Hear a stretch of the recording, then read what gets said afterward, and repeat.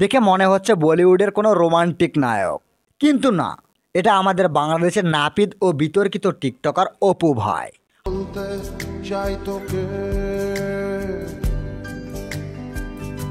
হায় হায়, মানুষ যে এভাবে বদলে যেতে পারে, রুচিশীল হতে পারে, অপু ভাইকে না দেখলে বুঝতামই না। আমি কন্টেন্ট ক্রিয়েটর, এ টিকটক আমারে দিয়ে মানুষ চিনে, ওরে দিয়ে না। অথচ বাংলাদেশের প্রশাসন অপু ভাইকে চিনতেই পারেনি।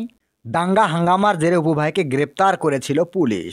3-4 হাজার মানুষ এখানে চিনে, আর আমার পুরো দুনিয়া চিনে, পুরো দুনিয়া। ঠিক তখনই থেমে যায় অপু ভাইয়ের জীবন।